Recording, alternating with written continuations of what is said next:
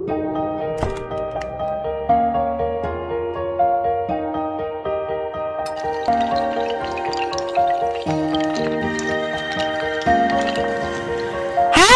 selamat hari Minggu adik-adik. Sebelum kita mulai ibadah kita hari ini, kakak mau kasih tahu beberapa hal yang harus diperhatikan selama ibadah online. Yang pertama, duduk yang manis di depan televisi atau handphone kamu. Pakai baju yang rapi, jangan lupa mandi atau sikat gigi dulu ya.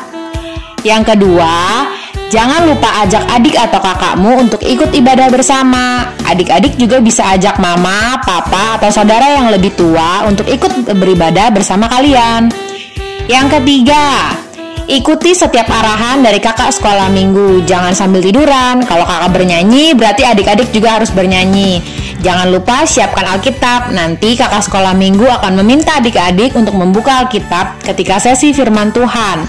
Yang keempat, jauhkan barang-barang yang bisa menjauhkan fokus kamu dari ibadah seperti televisi, mainan, dan lain sebagainya. Oke, kalau kamu sudah ikuti beberapa hal di atas, sekarang kamu sudah siap untuk beribadah online. Ingat ya adik-adik, Tuhan hadir dan bertahta di atas pujian umatnya. Meskipun di rumah kita masing-masing, kita harus tahu kalau Tuhan ada dan mata Tuhan melihat. Selamat beribadah adik-adik.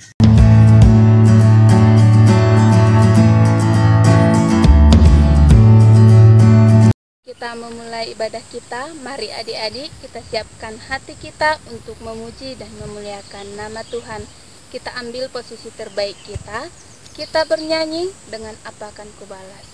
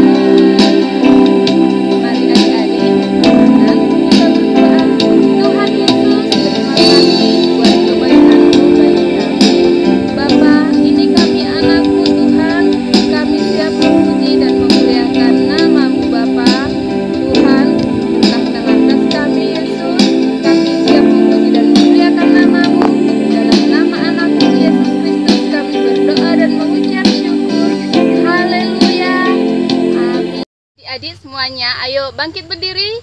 Kita bernyanyi. Semuanya buat gerakan ya. Kita bernyanyi dari terbit matahari.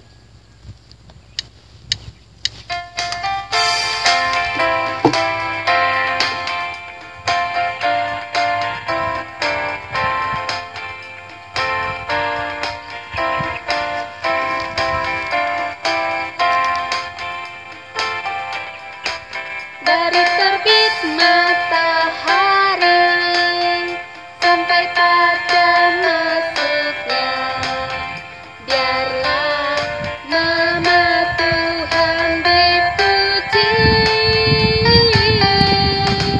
Dari terbit matahari sampai pada masuknya, biarlah nama Tuhan dipuji. Puji Tuhan, puji Tuhan. Dari terbit matahari sampai pada masuknya, biarlah nama Tuhan dipuji.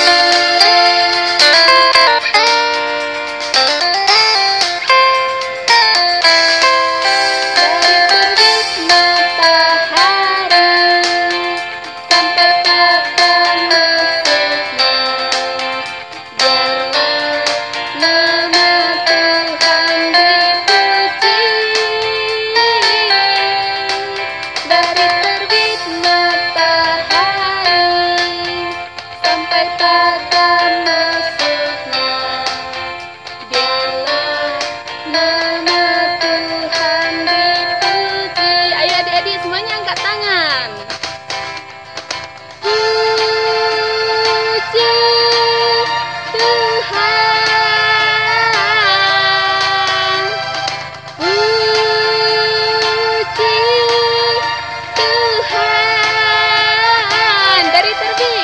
Dari terbit matahari sampai pada masuknya, biarlah nama Tuhan dipuji.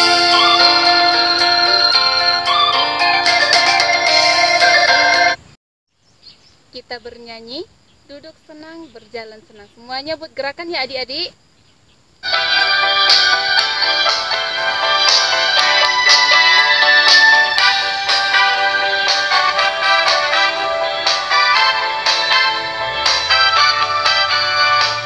Duduk senang, berjalan senang, di mana-mana hatiku senang. Sejak Yesus tolong saya, hatiku selalu senang. Duduk senang, berjalan senang, di mana-mana hatiku senang. Sejak Yesus tolong saya, hatiku selalu senang.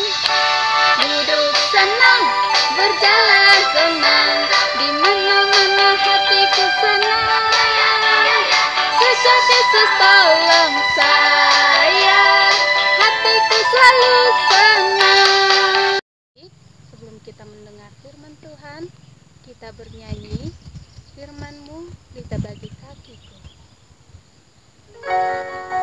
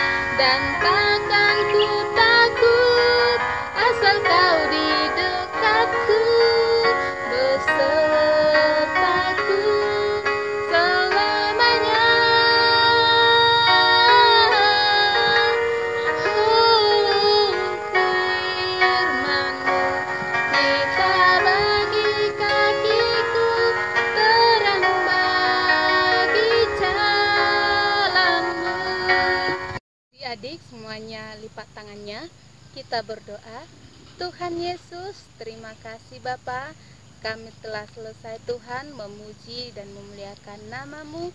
Tuhan, saat sebentar kami akan mendengar firman-Mu Tuhan. Kami siapkan hati kami dan pikiran kami. Berfirmanlah Tuhan atas kami. Begitu juga Tuhan untuk guru sekolah minggu kami yang akan menyampaikan firman-Mu. Tuhan, pakai hamba-Mu Bapa. Inilah Tuhan doa kami. Dalam nama anak-Mu Yesus Kristus kami berdoa dan mengucap syukur. Haleluya. Amin. Halo, selamat pagi adik-adik semua. Apa kabarnya? Luar biasa tentunya ya. Tuhan sudah menolong kita sepanjang minggu ini sampai dengan hari ini kita boleh ada. Nah, pada pagi hari ini adik-adik kita akan bersama-sama melihat kebenaran firman Tuhan. Adik-adik tahu nggak kalau orang sakit kulit itu enak nggak? Pernah dengar nggak yang namanya sakit kusta?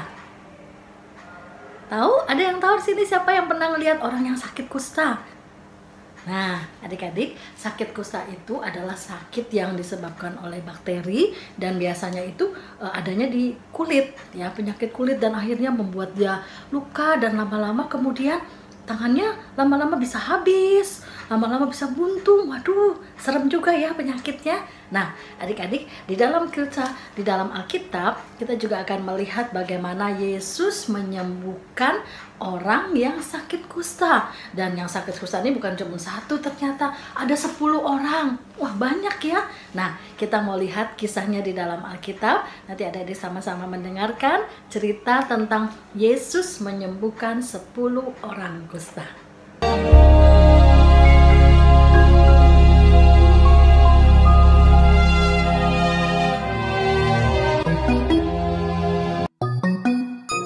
Dalam perjalanannya ke Yerusalem, Yesus menyusur perbatasan Samaria dan Galilea.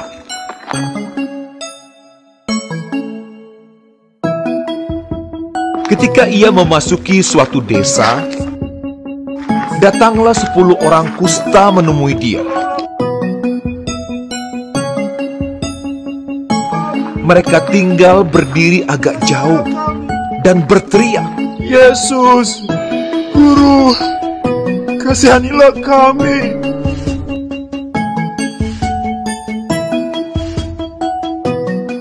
Lalu ia memandang mereka dan berkata, "Pergilah, perlihatkanlah dirimu kepada imam-imam."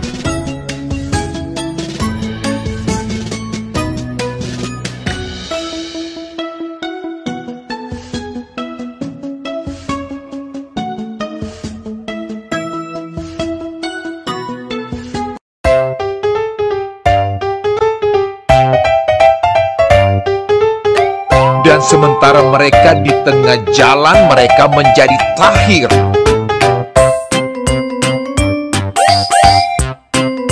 Seorang dari mereka, ketika melihat bahwa ia telah sembuh,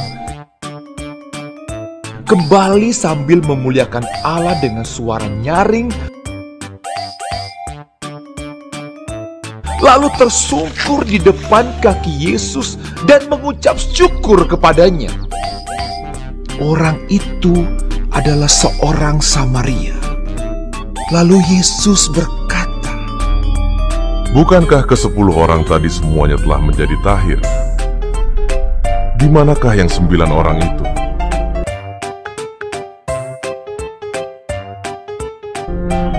Tidak adakah di antara mereka yang kembali untuk memuliakan Allah, selain daripada orang asing ini?" Lalu ia berkata kepada orang itu, "Berdirilah dan pergilah, imanmu telah menyelamatkan engkau."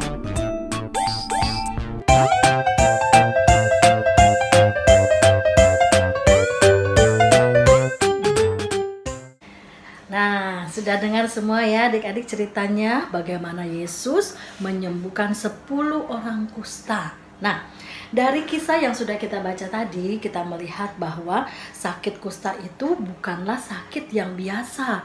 Kalau pada zaman dulu, sakit kusta itu adalah penyakit yang menular. Artinya apa? Kalau kita bersentuhan dengan orang yang sakit kusta, kita akan ikut menjadi sakit kusta. Ya, jadi penyakit yang menular, dan pada waktu itu penyakit itu belum ada obatnya. Aduh, bagaimana tuh jadinya?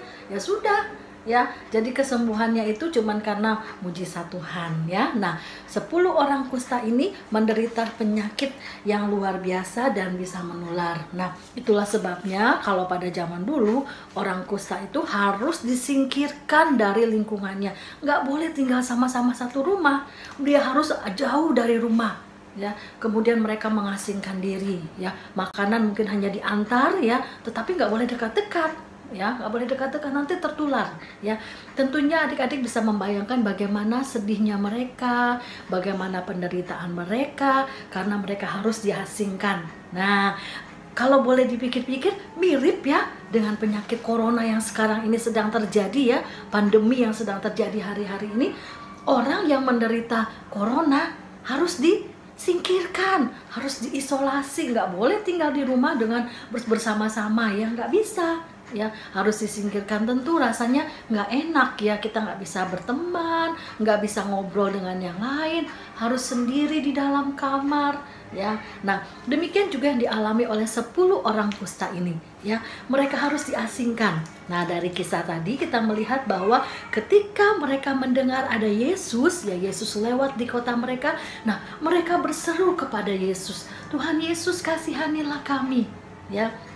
Jadi kita melihat bagaimana mereka membutuhkan pertolongan. Mereka datang kepada Yesus, ya, dan mereka minta Tuhan Yesus menolong mereka, mengasihani mereka, ya. Dari kisah tadi kita melihat bahwa mereka meminta pertolongan kepada Tuhan, ya.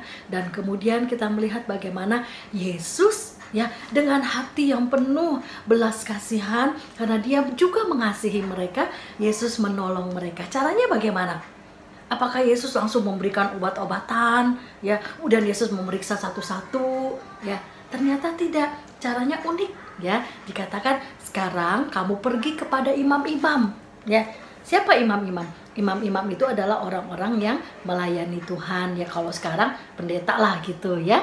Nah, mereka disuruh datang kepada pendeta, kemudian mereka harus memeriksakan diri, karena pada waktu itu kalau orang sakit kusta, untuk mengetahui sembuh atau tidaknya itu harus melalui para imam yang memberikan pernyataan, oh ini udah sembuh. Nah, itu adalah tugasnya imam. Jadi mereka berjalan kepada imam, dan dari kisah tadi kita lihat bahwa di tengah perjalanan mereka kepada imam-imam, ternyata mereka sudah sembuh, ya.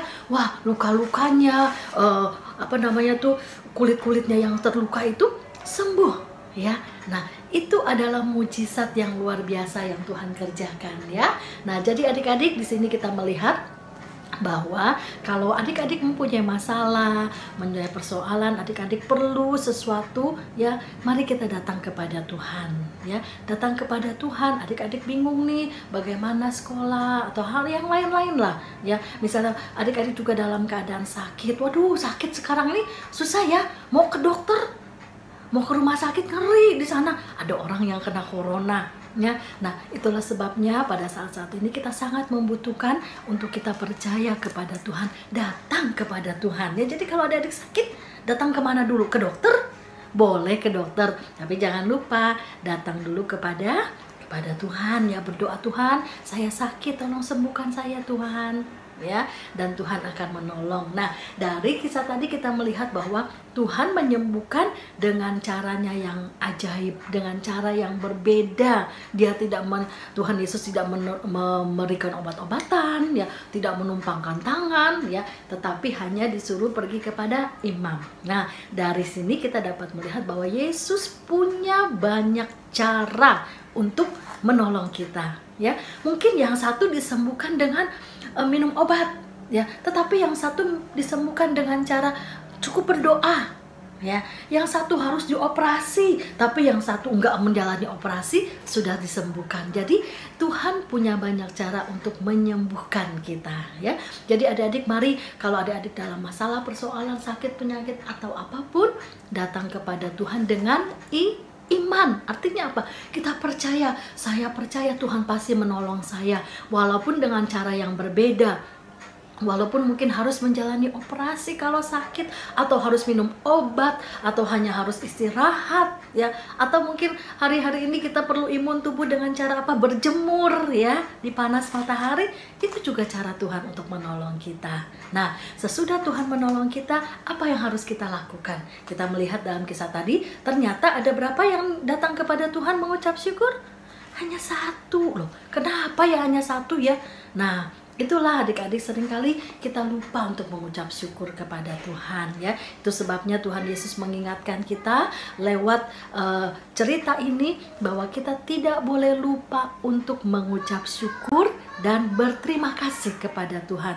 Tuhan sudah menolong kita, menjaga kita, melindungi kita sampai hari ini, ya. Kalau adik-adik nggak terkena COVID, ya, itu juga perlindungan Tuhan. Itu juga cara Tuhan menolong kita, ya. Baik, itulah sebabnya kita perlu mengucap syukur kepada Tuhan. Dengan cara bagaimana? Kita berdoa kepada Tuhan, terima kasih Tuhan, Tuhan sudah menolong, ya. Kemudian dengan cara kita memuji Tuhan, ya, itu juga bentuk ucapan syukur kita kepada Tuhan. Dengan cara apa lagi? Dengan cara kita melakukan firman Tuhan, apa yang Tuhan sampaikan, apa yang Tuhan ingin supaya kita lakukan, kita lakukan, ya. Itu juga bentuk ucapan syukur kita kepada Tuhan. Nah, pada pagi hari ini kita sudah mendengar kisah ini dan kita mau belajar. Yang pertama, kita tidak boleh lupa untuk kita datang kepada Tuhan, ya. Yang kedua, kita ikuti apa yang menjadi perintah Tuhan, ya. Kemudian yang ketiga, kita percaya kepada Tuhan dan kita tahu bahwa Tuhan punya banyak cara untuk menolong kita. Kemudian yang keempat, jangan lupa kita untuk bersyukur, berterima kasih kepada Tuhan buat semua yang Tuhan sudah kerjakan, ya. Bagaimana adik-adik? Mau melakukannya? Ya. Nah, pada hari-hari ini kita perlu sekali pertolongan Tuhan, ya, menghadapi pandemi ini. Adik-adik masih belajar di rumah tentunya, ya. Nah, kita perlu perlindungan Tuhan. Kita mau berdoa kepada Tuhan supaya Tuhan menolong kita, ya. Nah, adik-adik, mari kita akan bersama-sama berdoa kepada Tuhan. Kita berdoa bukan hanya buat kita sendiri, tetapi kita juga berdoa buat keluarga kita. Nah, sebelumnya kita akan naikkan dulu satu pujian, ya, dan kita akan berdoa bersama-sama. Baiklah, mari kita akan bersama-sama berdoa, ya. Adik-adik tutup matanya dan adik-adik berdoa. Apa yang menjadi kerinduan adik-adik? Mari kita akan berdoa bersama-sama. Kita tahu bahwa Tuhan Yesus baik, Tuhan Yesus mengasihi kita, ya. Haleluya. Kalau kita nyanyikan pujian ini, kita mau katakan, Bapa, Engkau baik, Engkau sungguh baik. Bapa,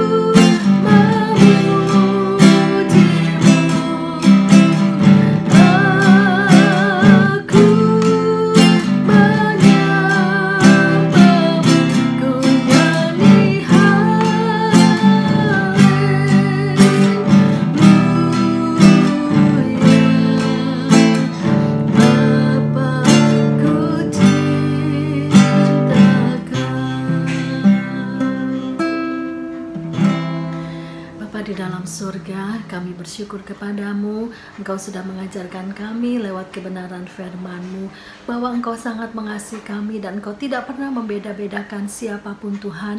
Itu sebabnya Engkau bukan saja menolong orang-orang yang terkenal dan terpandang, tetapi mereka yang sakit pun Engkau sembuhkan. Itu sebabnya kami mau belajar Tuhan, untuk kami tetap mengasihi Engkau dan meminta pertolongan kepadamu Tuhan, untuk percaya kepadamu Tuhan.